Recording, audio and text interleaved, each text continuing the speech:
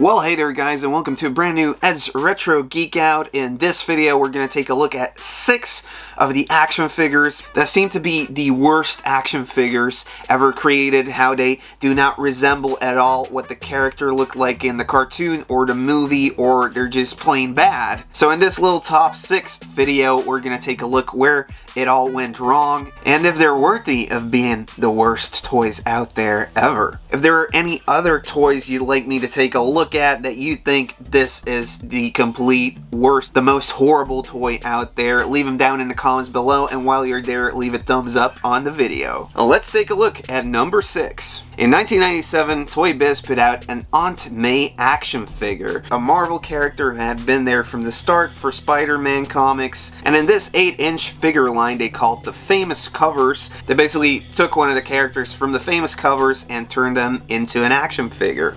In this case, we got Aunt May. As you can see, Marvel and Toy Biz took a little bit of inspiration from Mego to create this horrendous work of art. Now, one thing we can immediately see is this thing is just out of proportion. The hands are as big as the face. And now that we're talking about the face, what a scary head sculpt is this? This looks terrible. So seeing as they took the Amazing Spider-Man number 115 as a reference point, you get to see the cover. She does look terrified on there. She does look really old on the extra images that are provided on the packaging, but there's just more and more questions. On the cover, she's wearing like this purple robe thing. The actual toy comes with a pink cloth type of thing, which doesn't resemble the extra picture they put on the box or anything. It's so bad and so out of proportion, and it kind of makes you wonder if people really bought this. Now,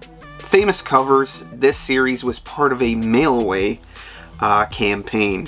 So I don't think you could get anyone to buy this in stores, obviously. They should have put out like good ones, right? So there are a couple good ones, but there's even more flaws in the Famous Cover line by Toy Biz. As you can see, this Incredible Hulk, where are his arms? I mean, he's got no muscles whatsoever. I get why this one is on the list. This Aunt May just looks like Gary Busey dressed up for Halloween as Aunt May. In the number 5 spot, we got Sigourney Weaver playing Ripley in Aliens. Now, even though the movie came out in the 80s, Kenner put out a toy line in 92. Now, I do own this figure right here. I always keep it in the power loader, is why it makes the connection of this is Ripley. If we take a closer look at the Ripley done by Kenner back in the day, I mean, these are not the colors she was wearing in the movie. The hair is off. The face sculpt doesn't really remind me of Sigourney Weaver or anything. The face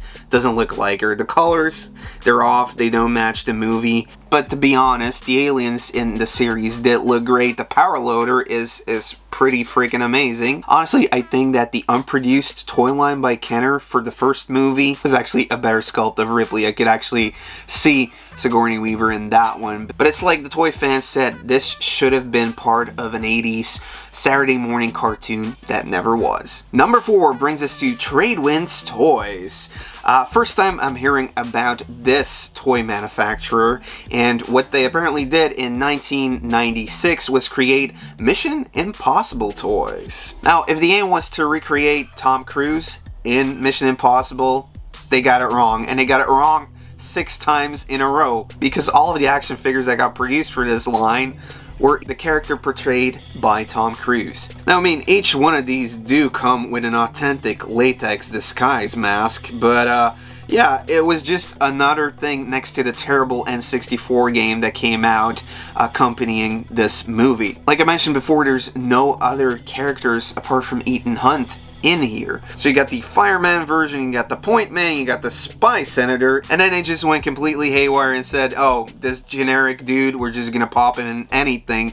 So they released another wave, which included the Arctic version, the industrial, and the safari version. This just ended up being another one of those 2 muscular action figures from the 90s. And it definitely needs to be on this list. Now, I found a couple lists in which even Princess Leia, the original version, was popped in there, and even though, yeah, the face sculpt doesn't really match Carrie Fisher's resemblance. They did fix that by the second movie, so... However, in the 90s, when Hasbro brought back the characters from A New Hope, when they took over Kenner, in the Power of the Force toy line in 1995, they made one Princess Leia that would go down in history as Monkey Face Leia. This Kenner 1995 Power of the Force Princess Leia Organa with laser pistol and assault rifle. That's just about the right posture to become a bodybuilder. Her pose is very masculine and her proportions are pretty off. How far can you stretch your arms? I mean, she does have some female features and she does have the dots. On a lot of lists, this one would get the bad rap of being like the toy that combined Planets of the Apes with Star Wars. Luckily, down the line in Powers of the Force, they did change it back to a more screen accurate version and less buffed up 90s action hero. She definitely deserves a spot on the list. Now, in the number 2 spot, we actually got one where I was like, really? Is this one of the worst toys ever made? Apparently, Mighty Morphin Power Rangers Tommy from 1993, the Auto Morphin version by Bandai, was placed on a couple lists. I actually do have this figure from back in the day when I was a kid. I do get why some people were like, this isn't cool, but then again, I didn't like any of these, you know, face flippers anyways. They never really looked like the characters that they were on screen, but I still liked this action figure. So yeah, I mean, I used to play with him just like this, so he would always be just Green Ranger. Now, the thing that Tommy got a bad rap for was not being too spot on with the character that played him, Jason David Frank. Most critics said he just seemed like a child clone with a mullet. The mullet is very detailed on this one. And yeah, to me, it just has more of like an anime feel to this face sculpt. But then again, when you flip the head, it's all good. It's all okie-do. So yeah, I'm not sure if this guy needs to be on the list. So if you agree or disagree, leave it down in the comments below. And let's head over to the number 1 spot. In the number 1 spot, we got Kenner's 1993 Jurassic Park Dennis Nederi, the action figure hero. So this buffed up Dennis Nederi comes with a tranq, spray gun, and dino damage arm. I actually do have him. I remember going out hunting with my buddy Sam, who's a huge collector of Jurassic Park stuff, and I remember finding this one and asking him, like, who is this? And we were both confused, like, yeah, which figure is that? Which character is this?